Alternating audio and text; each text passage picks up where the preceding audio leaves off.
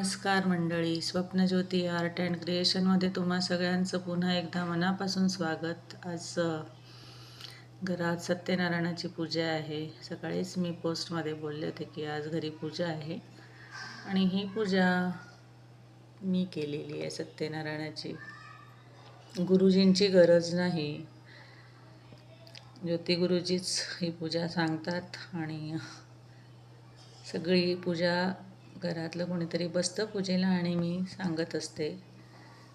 तर अशी ही सुरेख पूजा आहे आणि माझं कुलदैवत नरसिंह तुम्हाला समोर दिसेल आणि तुमच्या देवघरात तुम्हाला सुरेख विष्णू शेषनागा चांदीच्या बसलेला शाळीग्राम म्हणजे विष्णू आहे, श्रीचक्र आहे, लक्ष्मी आहे, अन्नपूर्णा आहे. माझ्या घरी सगळे विष्णूच दिसतील तुम्हाला, कारण दैवतच आमचं नरसिंह आहे त्यामुळे.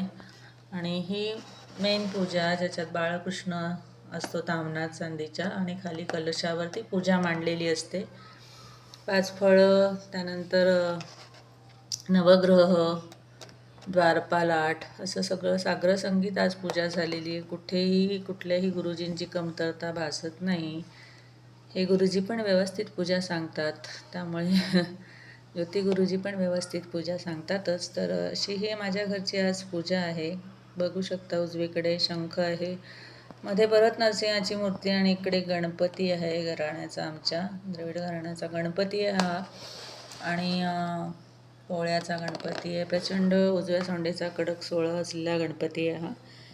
आणि या साईडला मी नेहमी जे सांगते, आज नागपंचमी आहे आणि नागपंचमीच्या कथा जे मी म्हणते ना, तर ते हे आहे की इथे आमच्याकडे असे नाग काढले जातात. एक नाग आणि नागिण आणि तिची 5 पिल्लं, त्यांना लांडोबा पुंडोबा असं म्हणतात. तर त्याच्यामागे अशी कथा आहे की नागिणीने मुलीला एका, जिला कोणीच नसतं, तिला माहेरपणाला आणते ती आपली मानसकन्या म्हणून आणि पाताळात. आणि त्यावेळेला ज्यावेळेला नागिण बाळंतीण होत असते त्यावेळेला ती मुलगी दिवा घेऊन उभी असते तिथे शेजारी. पण जेव्हा नागिणीला पिल्लं होतात आणि ती पिल्लं अशी वळवळ करायला लागतात तेव्हा ती मुलगी घाबरते आणि तिच्या हातून तो दिवा नागिणीच्या 2 पिल्लांच्या शेपट्यांवर पडतो आणि ती शेपटं त्या पिल्लांची जळतात, म्हणजे भाजतात.